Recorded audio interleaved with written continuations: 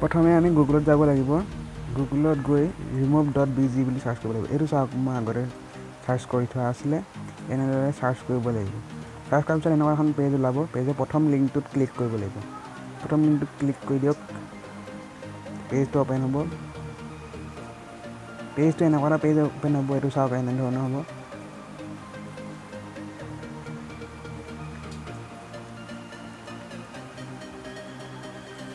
ইয়াত গৈ এই সিলেক্ট এই ফটোটোত ক্লিক কৰিব লাগিব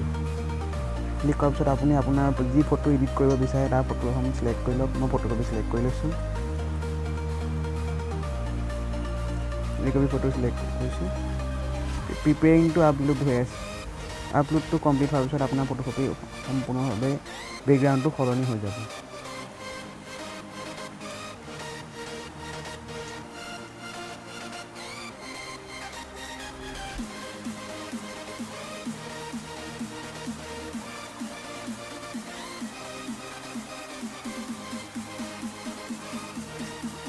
এই কপি অৰিজিনেল ফটোকপি এই লিখা আছে ওপৰত অৰিজিনেল ইমেজ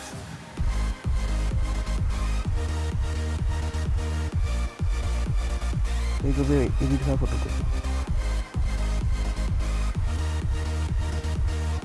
ফটোকপি তলত ডাউনলোড লিখা বটনটোত ডাউনলোডটো ক্লিক কৰি দিয়ক তেতিয়া আপোনাৰ ফটোকপি ডাউনলোড হৈ যাব এই দেখিছে ডাউনলোড হৈ গৈছে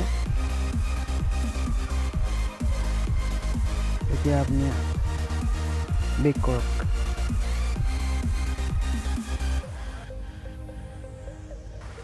এতিয়া আপুনি এখন বেকগ্ৰাউণ্ড ইমেজ ডাউনলোড কৰিব লাগিব বেকগ্ৰাউণ্ড ইমেজখন গুগলত পাই যাব মই ডাউনলোড কৰি থৈছোঁ বলক ইমেজখন ফটো এডিটৰ এপলৈ নিওঁ এই কপি এডিট কৰা ফটোকপি আমি আগত এডিট কৰি যোৱা ফটোকপি এইখন বেকগ্ৰাউণ্ড ইমেজ এইখন এতিয়া মই চেণ্ড কৰিম পিক্সআৰ্টলৈ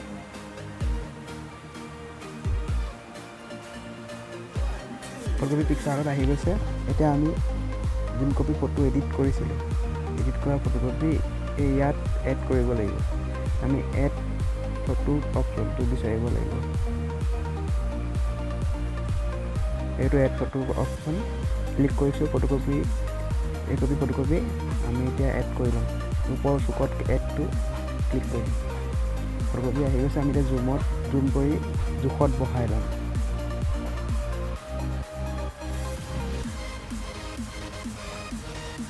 বহাই আপুনি ইয়াৰ পিছত যি মিলাব বিচাৰে এডিট কৰি মেলি মিলাই দিব পাৰে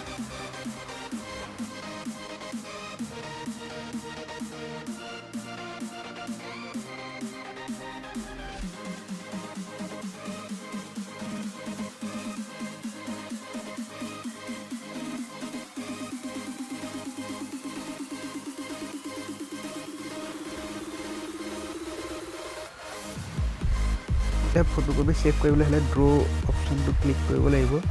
ড্ৰ অপশ্যনটো ক্লিক কৰি দিয়ক ওপৰত তিনিটা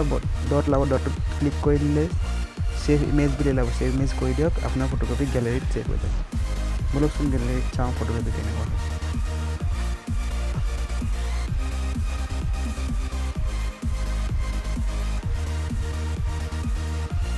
এই কপি আমি এডিট কৰা ফটোকপি এই কপি